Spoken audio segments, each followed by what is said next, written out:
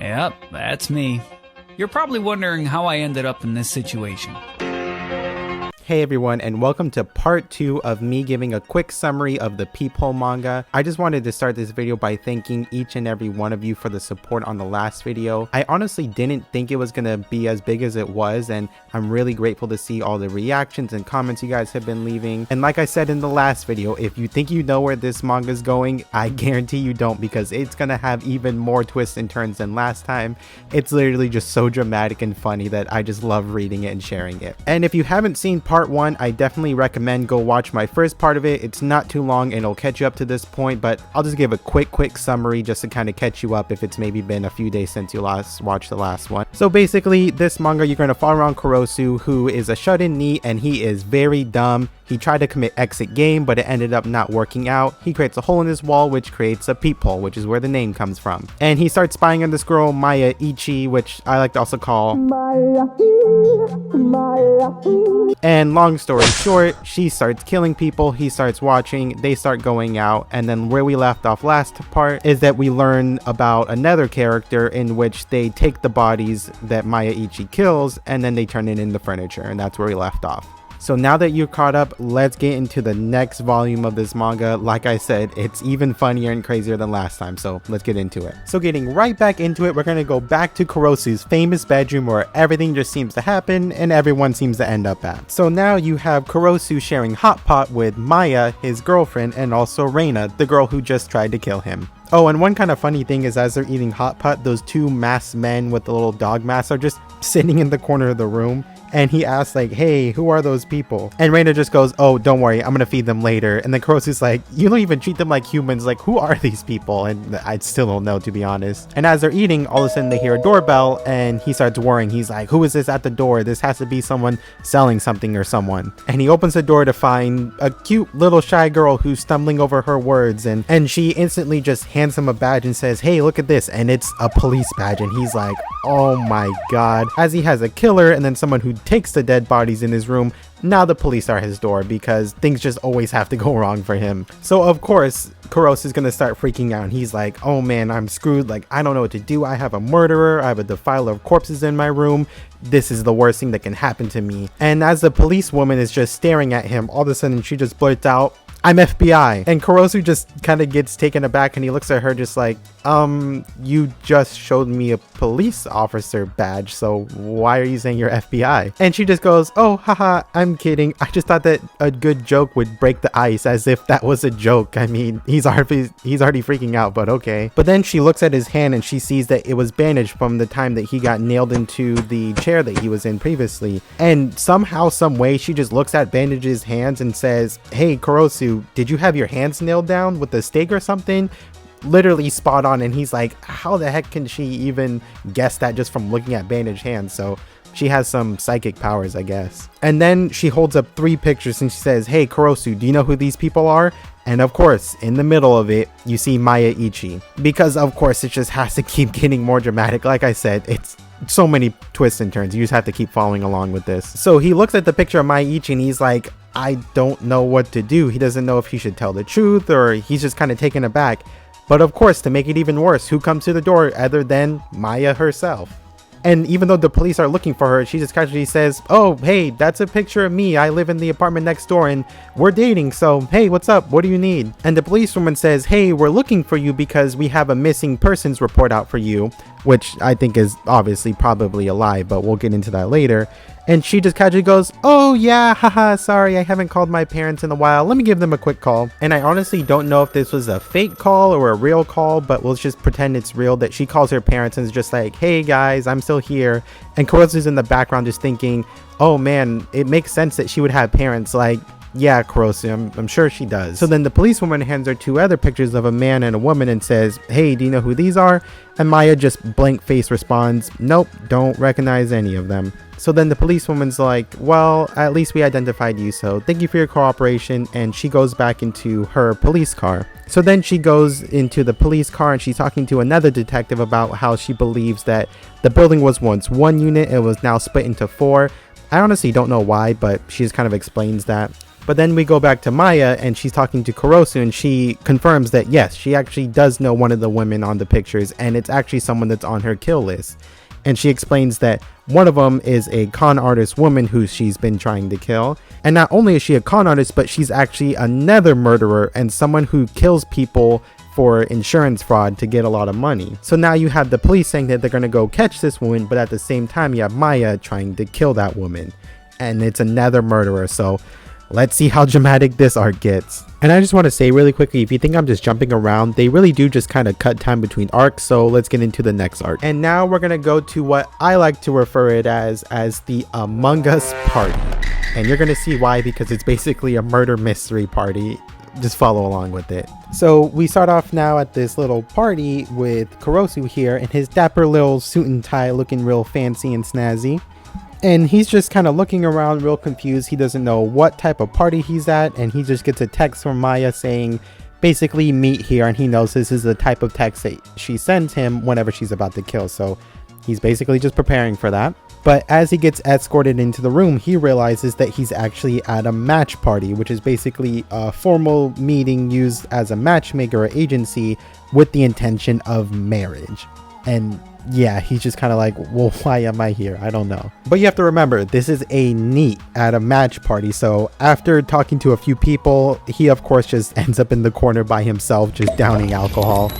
And if you thought that there was already too many girls to follow along with this story, well, now there's another cute girl as she comes up and bumps into him.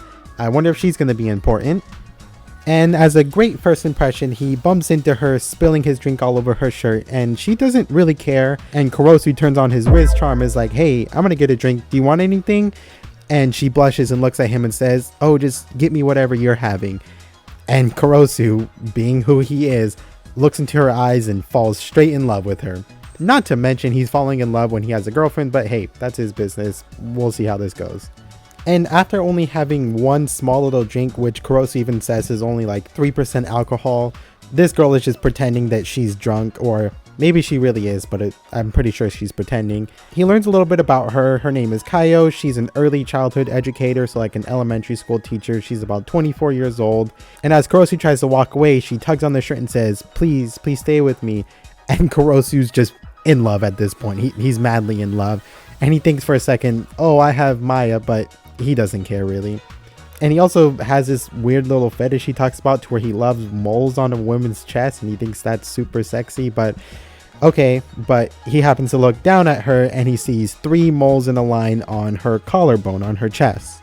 And at this moment we get into a flashback of Maya talking about her next kill. And long story short, basically she's talking about how there's this con artist woman, and you can tell who she is because she has 3 moles on her chest.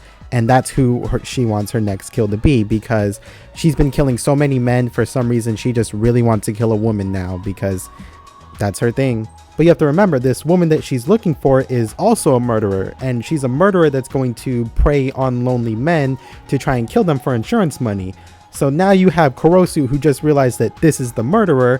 And you have the murderer girl now trying to prey on Kurosu.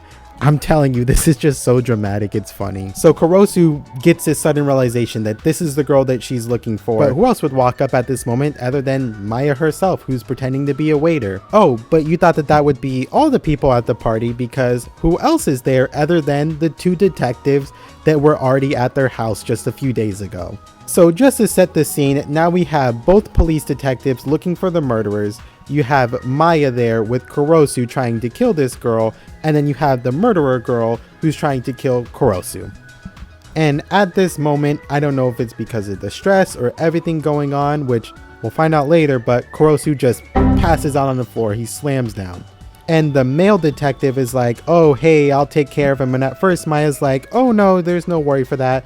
But he's really insistent on taking care of Kurosu, so Maya's like, sure, that's fine. And then we see that it was actually Kayo who gave him a little sleep tight pill capsule, or somehow, some way she made him go to sleep with this little bottle.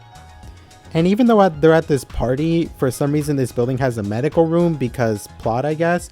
So they take Kurosu to this infirmary or medical room, and he's laying down, and this is when Maya and the male detective are kind of questioning each other, and he's like, why are you guys even here? You know that we're being detectives trying to find this killer. How did you guys end up here at the same time? That's a little bit suspicious. And Maya just says that they're playing a game and they're pretending to be detectives, and they've actually gotten really far because if the police are here, that means that they're pretty close to finding out who the murderer is. And she has a hunch that the murderer is actually changing their face. And that's why in the picture you see her looking with blonde hair versus when they meet her, she now has black hair. Surprisingly, the detective actually didn't know this. And as he's kind of shocked thinking about, wait, is this the murderer? You see Kurosu finally start to wake up. And then you see Maya come right behind and she kills the male detective. And you just see Kurosu laying on this bed just thinking, oh my god, why did you do this? What is going on? And then cut to Maiichi, and she's upset about this because she wanted her next kill to be a woman, and just so happened that now she killed another man, even though she really didn't need to, honestly, but she did it. And Kurosu thinks, wait, I thought that she only killed criminals. And then Maya just goes, oh, well, cops aren't human. And yeah, let's just say controversial to say the least, as she goes on this little monologue about how she doesn't like cops. And yeah, but now she needs to somehow frame the murder. So she takes some rubbing alcohol and sleeping pills, puts it in her mouth, and just plants a kiss right on Kurosu, and he passes out. As he comes to a little bit later on, who else comes in the room other than the detective girl, as she now sees her dead partner, and then Kurosu and Maya just passed out into this room. And this is why I call it the Among Us party, because now we get into the murder mystery to where now they have their emergency meeting. And the detective girl, like before, is pretty accurate on her detective work here, and she looks at it and instantly can tell that it was done by somebody who's left-handed, and she can even tell the height of the person, which leads her to believe that it's the murderous girl. However, what she doesn't know, it was actually Maya that in a second somehow planned all of this out to frame it on the other girl. So even though she's right-handed, Maya used her left hand for the killing and even slashed at an angle to make herself look a little bit smaller. And as Kurosu's realizing all of this, for some reason he just decides to vomit all over the floor, and the detective girl is not too mad that he's dirtying the crime scene, but it is what it is. And if you think you can guess where this is going, I guarantee you can't, because now we cut to a scene of Kurosu and he's actually with Kaya, the girl who just tried to almost kill him and the murderer that they're looking for. And for some reason, Maya orders Kurosu to house her in his apartment. So you have this girl who's known for killing men for insurance fraud, and now you just have Kurosu with this girl, and he knows everything about her, and she's just in his apartment and he's just living with her. And just to drive home that he's really dumb, he even says he absolutely cannot let his guard down with this woman. Even though she looks cute and everything, he for some reason still decides to sleep in the same bed as her. And as they're living together, of course, Maya's keeping a close tab on them and actually looking through the same people that he was spying on her, but now she's spying on him and this new girl.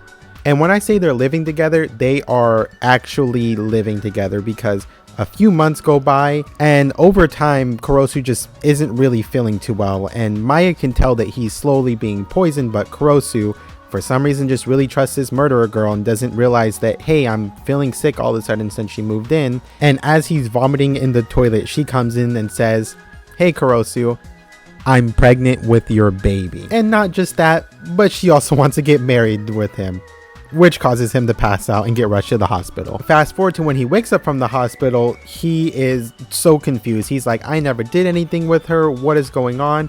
And the nurse comes in and says, hey, I just saw your wife. And at this point, he's taken aback. He says, my wife? Who is that?